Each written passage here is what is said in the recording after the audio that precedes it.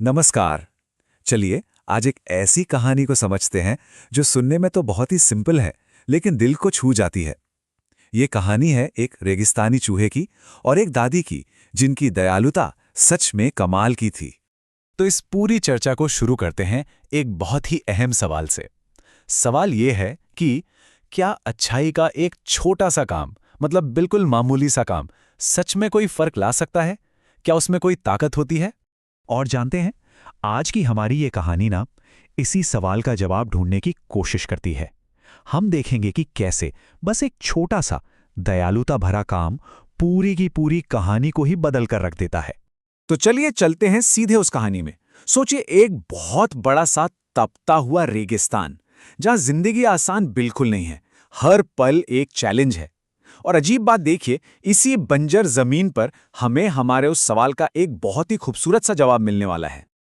अब वक्त है मिलने का इस कहानी के दो मेन कैरेक्टर से। दुनिया इनकी एक ही है, वही कठोर रेगिस्तान।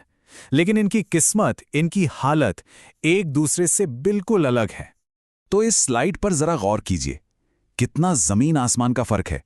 एक तरफ है हमारी बूढ़ी दादी, रहती तो मिट्टी की झोपड़ी में है, कोई धन दौलत नहीं है उनके पास, लेकिन उनके पास जो है ना, वो सबसे कीमती है, एक बहुत बड़ा दयालु दिल।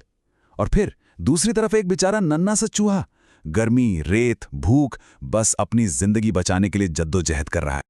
और फिर कहानी में आता है वो टर्निंग पॉइंट, वो लम्हा जहां ये दो बिल्कुल अलग जिंदगियां आपस में टकराती हैं। और इस टक्कर के बाद आप देखिएगा, कुछ भी पहले जैसा नहीं रहता। भूख से एकदम लाचार वो नन्हा सा चूहा हिम्मत करके दादी से मदद मांगता है। उसकी आवाज में एक डर भी है और एक उम्मीद भी। वो बस इतना चाहता है कि थोड़ा सा खाना मिल जाए ताकि वो जिंदा रह सके। और यहां दादी का जवाब सुनिए। इस एक लाइन में ना असली अमीरी की परिभाषा छुपी है। वो साफ कहती हैं, बेटा मेरे पास खुद भी बहुत कम है, लेकिन उनका उसूल देखिए, लेकिन भूखा कोई भी हो उसे खाली हाथ नहीं लौटाया जाता। क्या बात है। तो दादी क्या करती हैं?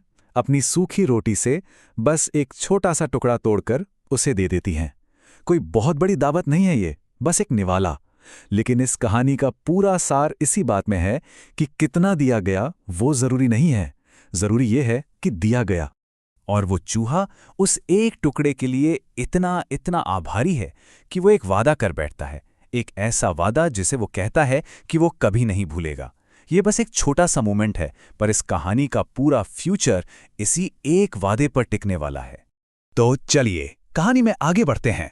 अब आने वाला है एक ऐसा मोड़ जिसकी किसी ने उम्मीद नहीं की थी। अब टाइम है उस वादे के टेस्ट का। कुछ ही दिन गुजरे थे कि रेगिस्तान की शांति एकदम से भंग हो जाती है। एक भयानक तूफान आ जाता है। खतरा अचानक सामने है और बहुत बड़ा है।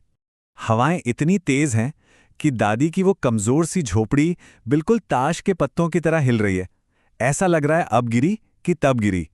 उनकी पूरी दुनिया, उनका जो एक सहारा था, वो बिखरने ही वाला है।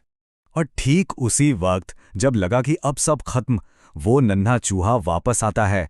पर इस बार अकेला नहीं, अपने सारे दोस्तों को, सारे साथियों को साथ लेकर आता है। और वो सब मिलकर क्या करते हैं? फटाफट उन रस्सियों को कुतर देते हैं जिन्होंने झोपड़ी पर भारी लकड़ियों को बांध रखा था। लकड़ियां गिरती हैं, झोपड़ी पर से बोझ हट जाता है और झोपड़ी बच जाती है।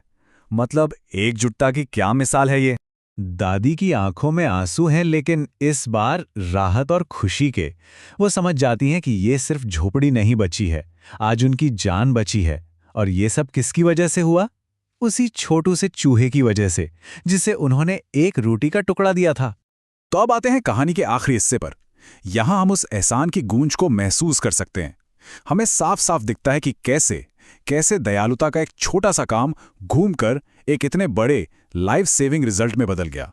जब दादी उसका शुक्रिया करती हैं, तो चूहा बहुत ही विनम्रता से कहता है, ये कोई एहसान नहीं था दादी, ये तो बस आपकी उस एक रोटी के टुकड़े का कर्ज था जो आज मैंने चुकाया है। तो यहां सबसे जरूरी बात, सबसे अहम सबक क्या है?